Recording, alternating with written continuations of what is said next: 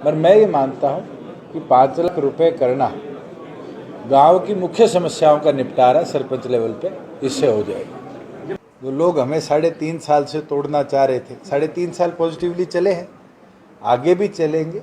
जो लोग झूठ बोलते हैं या भ्रम फैलाते हैं, मैं उनके ऊपर इतना ही बोलना चाहूँगा कि हमारी प्रोग्रेसिव सोच है। और देखिए, उनसे चर्चा करी थी, मेरे पास भी कई आए थे। उस चर्चा के अनुसार सरकार ने कई कदम उठाए हैं। उस प्रोसेस को आगे कैसे लेके चल रहे हैं तो समय के साथ है। आज सरकार द्वारा कोई भी काम डायरेक्ट अलॉटमेंट नहीं किया जाता, टेंडर प्रोसेस को फॉलो किया जाता है। फिर भी सरकार ने 5 लाख का जो लिमिट बनाया है, मुझे लगता है कि ये हमारे साथियों को इसके ऊपर काम शुरू करना चाहिए।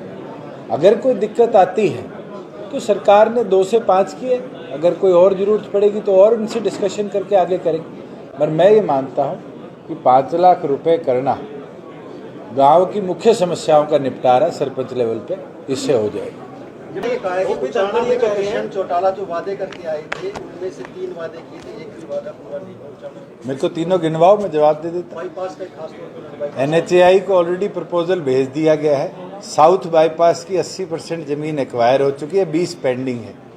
जैसे उनकी रजिस्ट्री होगी, इंटरनल बाईपास भी बनेगा और शहर का बाईपास भी बनेगा। NHAI ने ऑलरेडी अप्रूवल दे दिया, गवर्नमेंट ऑफ इंडिया की अप्रूवल आ गई, DPR बन रही है। दूसरा मेरी कॉन्स्टिट्यूंसी का आप मेरे से पूछ रहे हो, 3 चीजें, एक का जवाब दे दिया, 2 और बताओ। जो लोग झूठ बोलते हैं या भ्रम फैलाते हैं, मैं उनके ऊपर इतना ही बोलना चाहूँगा कि हमारी प्रोग्रेसिव सोच है। और प्रोग्रेसिव सोच के साथ ही, चाहे वहाँ पानी की समस्या थी, उसका निपटारा कराने के लिए भी अब 150 करोड़ का प्रोजेक्ट फाइनल कर दिया गया। जो खेती के पानी की थी, लगभग 57 करोड़ से सारी माइनर रिपेयर हो चुकी हैं। आज उचारना जाओ, उनके टाइम पे जो सड़कों के हालात थे और आज है, वो कंपेयर कर लो। ये बोलना भी मैं झूठा हूँ, मैं तो फैक्चुअली बता सकता हूँ। और फैक्चुअली ये चीज़ है कि हमने केवल मात्र एक कॉन्स्टिट्यूंसी नहीं, प्रदेश को, आपका मैम है, 180 करोड़ की सड़कें तो हमने मैम में बनाई है।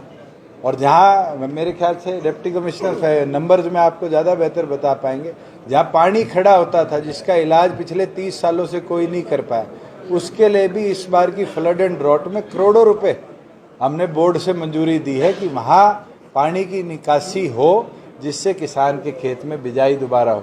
चाहे वो पुट्ठी के साथ नारनौंद के समयण लगता हो, वहाँ पर भी अगले साल हम किसान की भूमि जो है उसको कृषि योग्य बनाने का। 2024 के चुनाव को लेकर योगी धनखड़ ये कह रहे हैं कि हम 10 सीटों की तैयारी कर रहे हैं। आप क्या मानते हैं लोकसभा चुनाव हम भी 10 की तैयारी करें? गठबंधन के अंदर तो जो सीटें जिसको मिलेगी वो तो बाद में उनकी सेटलमेंट होगी। आज के दिन कहना मैं 2 की कर रहा हूँ, वो 8 की करे, मैं 3 की कर रहा हूँ, वो 7 की करे, मेरे लिए भी जायज़ नहीं है, उनके लिए भी जायज़ नहीं। दोनों पार्टियां मिलके, जो लोग हमें 3.5 साल से तोड़ना चाह रहे थे, 3.5 साल पॉजिटिवली चले हैं, आगे भी चलेंगे। जहां बात तैयारी की है, तैयारी तो पॉलिटिकल पार्टी को 90 विधानसभा और 10 लोकसभा, 84 आपकी म्यूनसिपल लिमिट्स और 6200 जिला पंचायतों में हमेशा रखनी पड़ती है। आपका कैडर तो जब ही साथ मजबूती से रहेगा ना, जब आप हर जगह तैयारी करोगे।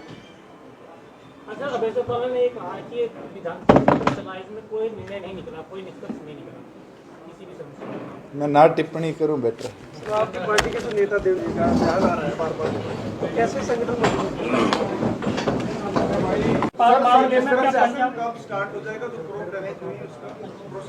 ऑलरेडी डिप्टी कमिश्नर के पास परसों चिट्ठी आ चुकी है, विधानसभा की सेशन की ब्रीफिंग के बाद ऑलरेडी शुरू हो चुका है। क्योंकि कल ओलावृष्टि और हुई है, बारिश और हुई है। जैसे ही इनकी रिपोर्ट्स बनेगी, सरकार इनके कॉम्पनसेशन का जो पैसा बनता है दे देंगे। खास तौर पर पहले सिरसा जिले में नील रिपोर्ट आई थी।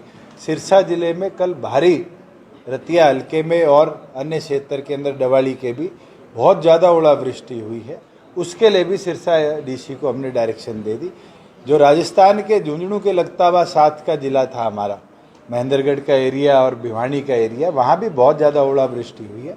उनके लिए भी डिप्टी कमिश्नर को दोबारा हिदायत दे दी गई है कि इस ओलावृष्टि और बारिश को भी अपनी रिपोर्ट में शामिल कर सकते हैं। सर, जिस तरह से पंजाब में खालिस्तान एक बार फिर पनप रहा है, क्या आप मानते हैं पंजाब सरकार और गृह मैं ये बोल सकता हूँ कि कुछ लोगों की सोच हो सकती है, देश की व्यवस्था को बिगाड़ना। आम पंजाब के नागरिक के, हरियाणा के नागरिक की यही सोच है कि हिंदुस्तान इसी तरह खुशहाल रहे, आगे बढ़े, और मुझे लगता है हमने मिलकर इस प्रोसेस को आगे लेकर जाना है पॉजिटिव सोच के। क्या गृह मंत्रालय का फेलियर है सर ये?